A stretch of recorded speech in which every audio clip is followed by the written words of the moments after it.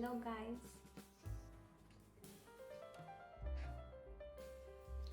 So in today's video, what I mostly want to share is about my bookstagram journey.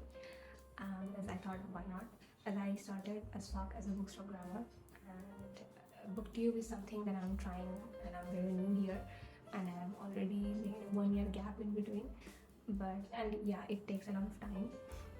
So I thought I would like to share that, as I have been in Bookstagram for more than 3 years now. So I thought I would have a lot of things to share, and to share some insights to fellow Bookstagrammers or someone who's very new in there. Yeah. So let's get started.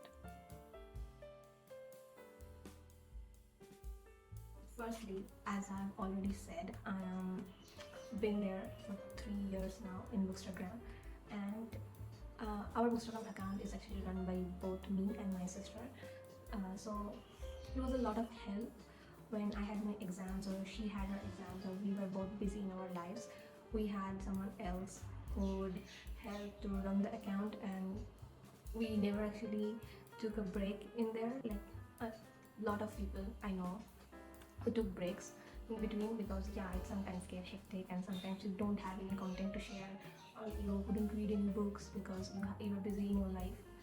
It's really necessary to take breaks, and it actually sometimes helps you with your algorithm to make your content reach more people. So whenever you feel like you're draining out and it's not working, so instead of giving up, you could just take a break. Firstly, the main topic in Bookstagram is the contents. Like, what should be the contents?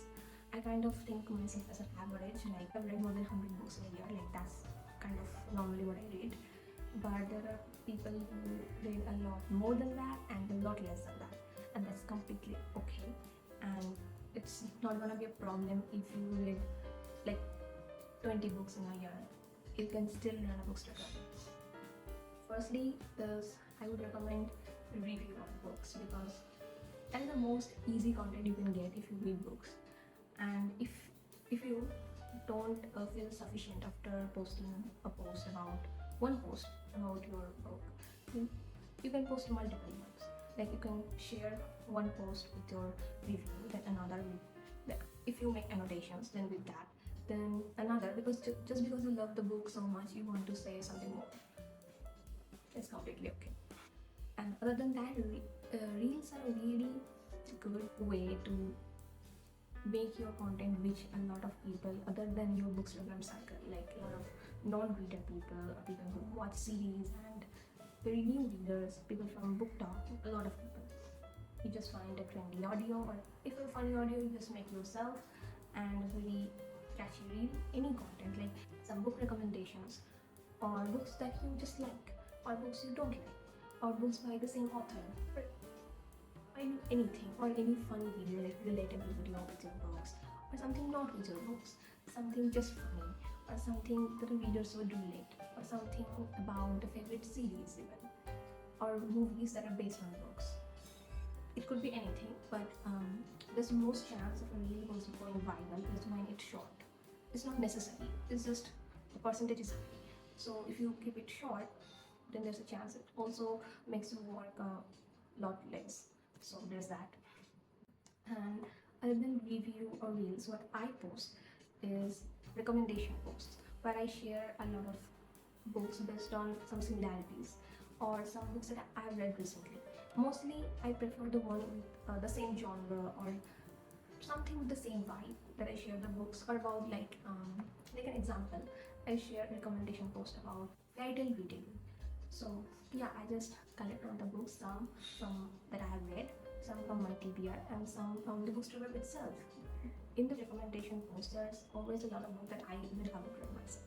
But yeah, as they are in my TBR, I would like people to know them as well.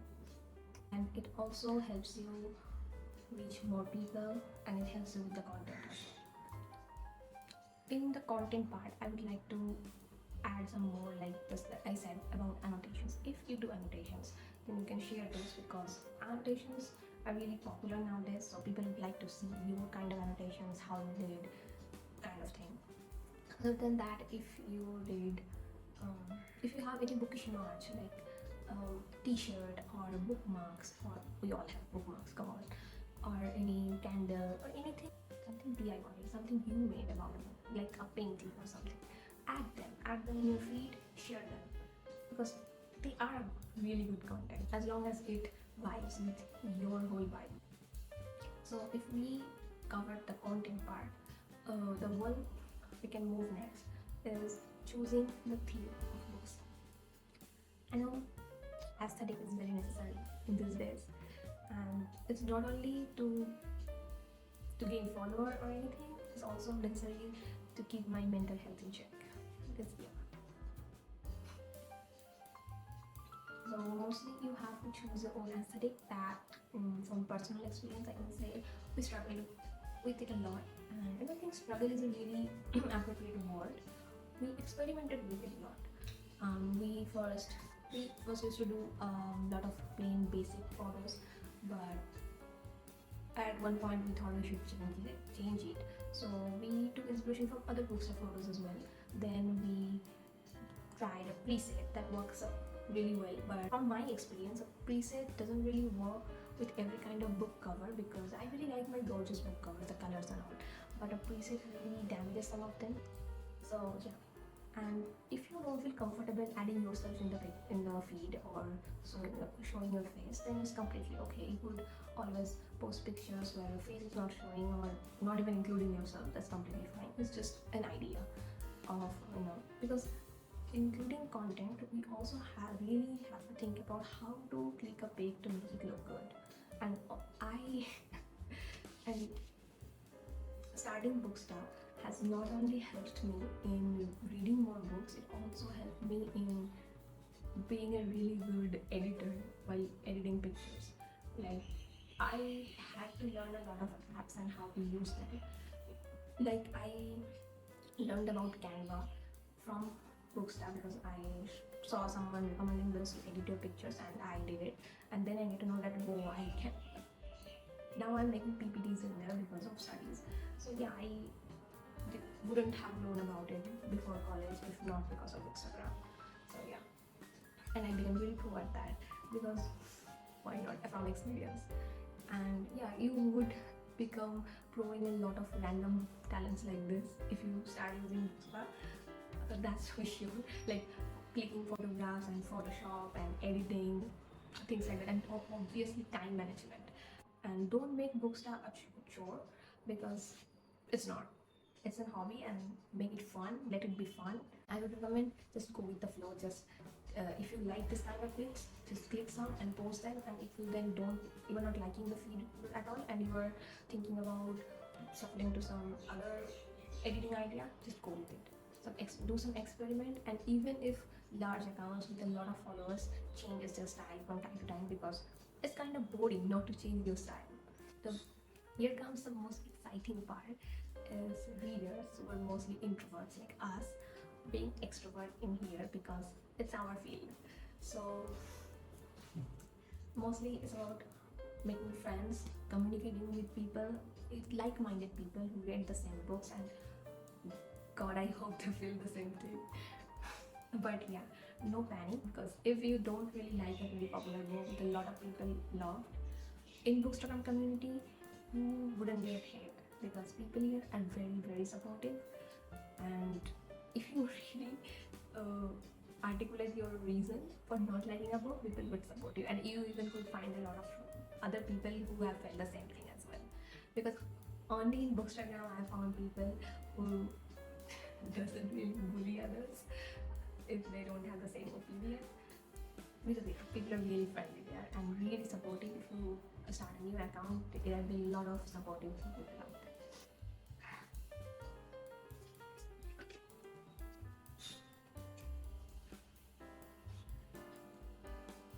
Even if people say that it's all about me sharing my journey and not about attracting followers, it kind of is a little bit, because we all would like few followers. So yeah, but here are some tips, that very detailed tips that I had found out from my own experience. Is that if you're making a reel or some edit or anything, try to use trendy audio, whatever audio is trending. And there are a lot of audios that are trendy. And the other one is that try to tag authors in your reviews and your edits. If you make an edit of a book, try to tag the author there, because a lot of time when the author shares your edit or your picture of their book, it helps you gain engagement from other people. And other than that, apart from taking breaks, try to be consistent in Bookstagram. Like, even if you're not posting, try to be consistent in people, like in replying other people or commenting on their pages, or sharing your Insta stories and all. And there are just two more tips that I learned from Booksta is that try to share your honest opinion of a book. Not because everybody loved it, you have to say you loved it. There's no point in that.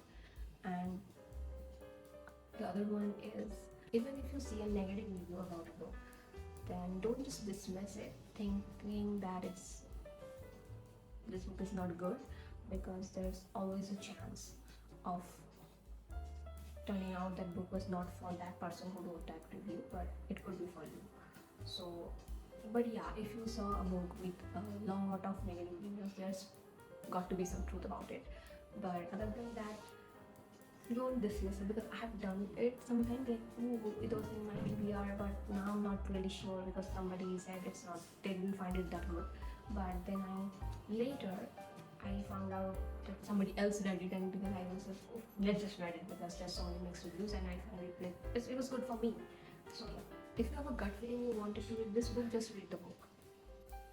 So some plus points that I already told, and I really gained from Bookstagram is that communication skill. Firstly, now I know how to email people, and that really helped me during college, because I had been done that before. I needed that experience, to be honest. And other than communication skills, you also, as an introvert, it was hard for me to approach people, but now it's not, because I have approached a lot of strangers about random bookish things. So yeah, it works. Bookstagram made me read a lot. Like, if I check my reading stats from year to year, I can see that it's just keep growing and growing every year. And also because it gives me new book recommendations. Because back then my source was a lot less and not very informative, but now my source is this huge, and I've got a lot of book recommendations from every people in Bookstagram. So yeah, of course it made me read a lot more.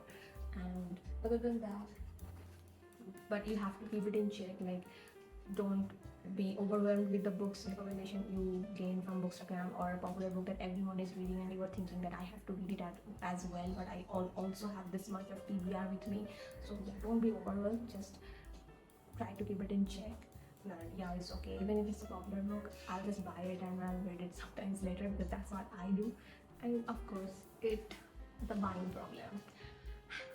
That's not something everyone suffers with, because a lot of people, I hope, have better self-control, which some of us don't, and we have this hobby of buying books more than reading books. So, but it's worth it, so I don't complain. The next big thing that is as close as we can get as Bookstagrammers, something as close to a paid review. Because yeah, I have been to some paid review situations, but it didn't really work out for me, because most of the books that were in those sites and all are not really my type of. So if I read them and review them, it would be only because of the money. And I also got a lot of my books in my TBR to read, and it felt like wasting time reading those books that I didn't really like just for the money. It's just something that happens, like it's an option maybe, but I wouldn't recommend, because it was not really a good experience for me. So the next best thing is the ARCs, the advanced reader copies that you can get from Bookstagram. Using your Bookstagram more, like, because yeah, there are a lot of ARC giveaways done by the publisher and the author. You can, and most of them are international. Like, most of them I have seen are international, the popular ones. So you could enter there, and it's all about your luck. But if you want to get those arcs on a regular basis from the publisher, then there's one thing you can do is reach out to them. but it's a really lengthy process, to be honest, and there's also some luck involved. um, I would say it's not really about your followers, because it's not. It's really not. Yeah, you would see a lot of like big accounts with much followers with this arts, but it also depends on a lot of other variables. But it would help if your account is one with a lot of engagement. Make a new email for your Instagram with using your username or your name, that's up to you. But using a completely new email will help you in the process, because you wouldn't miss the mails you get. So I made one with that is in here in under. It's not my personal, it's my Instagram email ID. So if I would recommend using that. And then there's two type of things to do. The first one is that you can contact different publisher about new books that are coming out, to make them send them to you. But for that you have to first okay, research a lot to know that which publisher the books from, and in those publishing house whose email ID you should mail to. You'd find a lot of email IDs, and I would say if you don't really get which email ID you should mail to, you could mail one or more of them. You could mail to multiple email IDs to know about which one is correct, and just to give it a try. So finding out the right emails helps a lot. It helps you reduce the time to get a response from publishing house, because yeah, they are really busy people. It takes really long time, and for the first few books it's really possible that you wouldn't get any replies. But I would recommend you to try not nagging those people, but just inquiring about these books. And if they send you like a rejection mail, then ask them about what to do next. Like, I would like to read your next books then, so who should I mail to and what do I change, kind of things. So other than that, other than researching and all this trying process, it would be a really lengthy process, unless you are lucky, because luck plays a really big matter in here. For now, we have been having arcs from Random House International and HarperCollins India and Macmillan India, and some other indie publishers as well, and some from the authors as well. We have used some sites like bookstagram.com or kind of sites.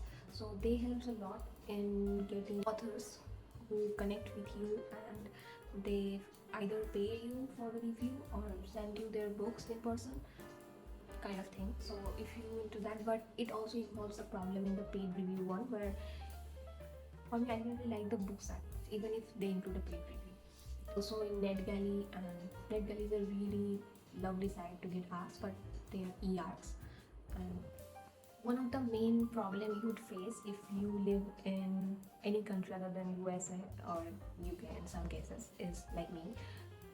Your book would you won't get the physical copy, because in most cases the location really matters. So the delivery charge would be too high, so they won't send you the physical copy.